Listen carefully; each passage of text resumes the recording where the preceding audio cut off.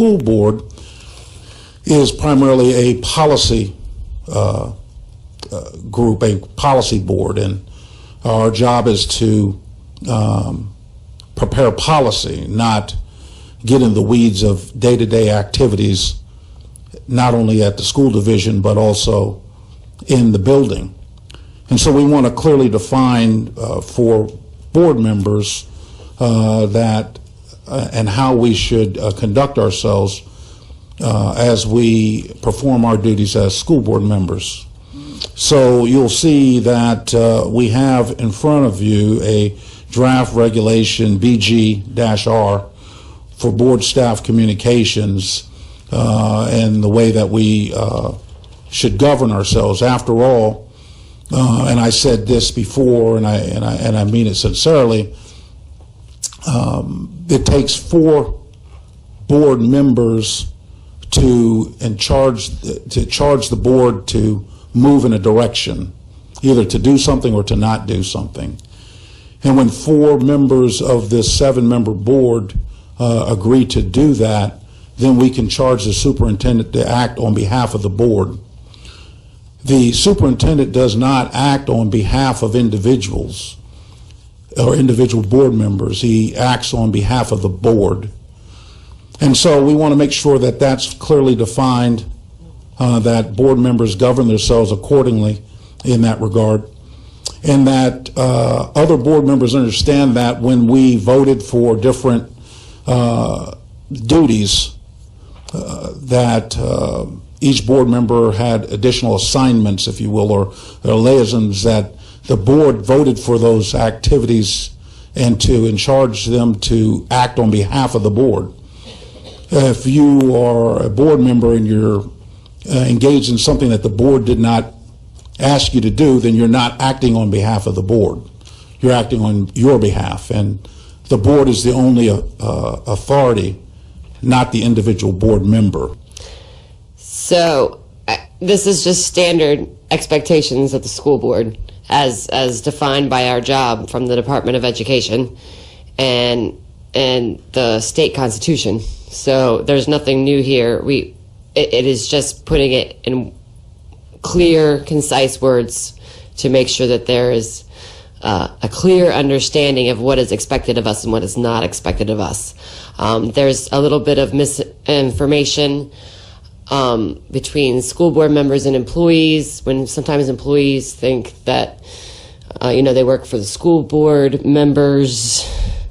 They think they can get fired if they say certain things when they're being approached in public and whatnot, and that is just not. The employees work for the superintendent. The superintendent is the only employee that works for the school board. So everybody else works for the superintendent, which is what we charge him to do. Well, too often issues that come before me from constituents require more than one source of information. And every time Dr. Baker and his staff's been helpful, and everything's worked out toward supporting the people in our community.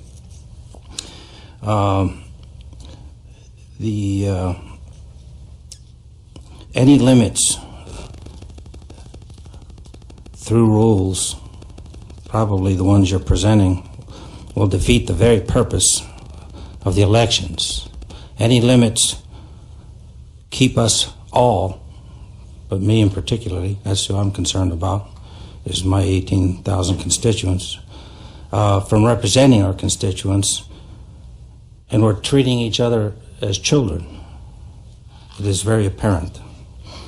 Meanwhile, we have an $18 million deficit from our superintendent's proposed budget. We're struggling and striving to continue to pay our teachers. We're striving to keep existing programs. Where's the professional courtesy and the respect in accordance with this board's priorities and purposes when it frivolously wastes time fooling with such silliness? And our board authority is not voted in at large. Therefore, my people will have no representation in this application. And with that, it's all about representation, and anything that impedes that will certainly rub against any of my functions and continued support from and working with Dr. Baker and his staff. Thank you. Thank you, Mr. Twigg. Ms. Shelley. Thank you, Mr. Braswell. What I see with this regulation is that, before I go on, Mr. Twigg, we don't have there's not an $18 million deficit. Just a clarification. Don't rebuttal. Okay. All right. Sorry. No All right. So rebuttal. the questions to the superintendent. If our constituents ask a question, for instance, I just got a question last week about one of our health policies. So that is specifically from a constituent. I forward it to Dr. Baker, and I'm not asking for anything for me. I'm asking for it for my constituent. I am not, that would be, my constituent, they're going through me to get to the superintendent. That's how I look at this.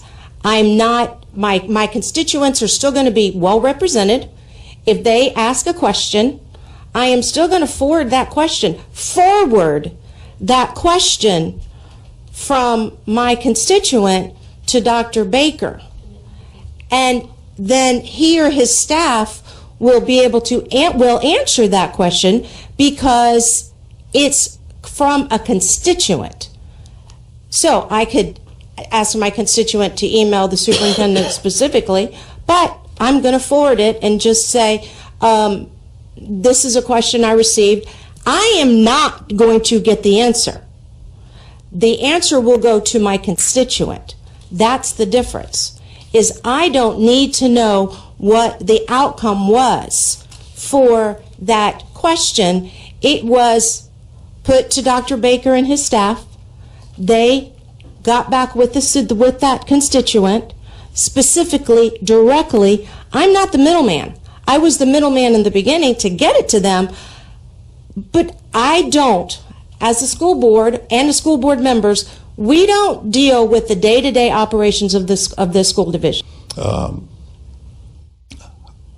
To me, it's imperative that we, as a board, respect the superintendent's ability to lead his own, that he hires, and who also has the ability to fire. We hold him responsible for everything that goes well and everything that doesn't go well.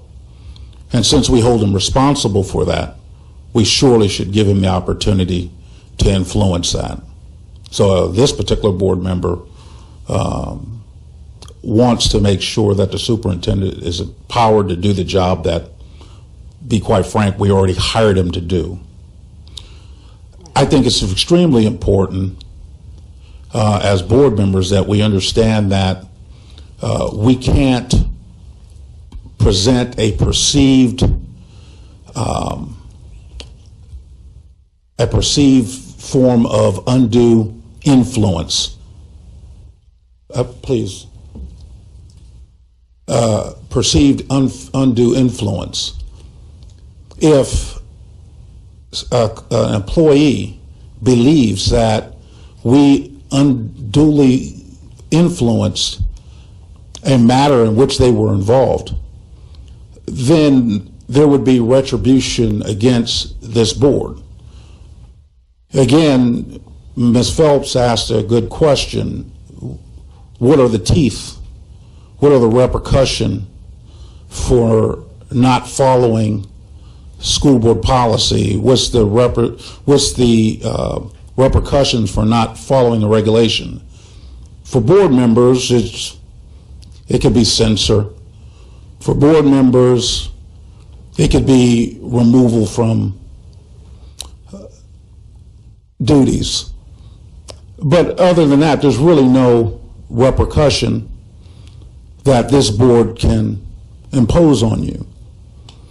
But if you interfere with the privacy of a student or an employee in a matter and prevent that process from working its way out, well, this board can unbundle themselves from you and allow you to stand on your own. And we don't want that to happen to any member on this board, no matter what our politics are.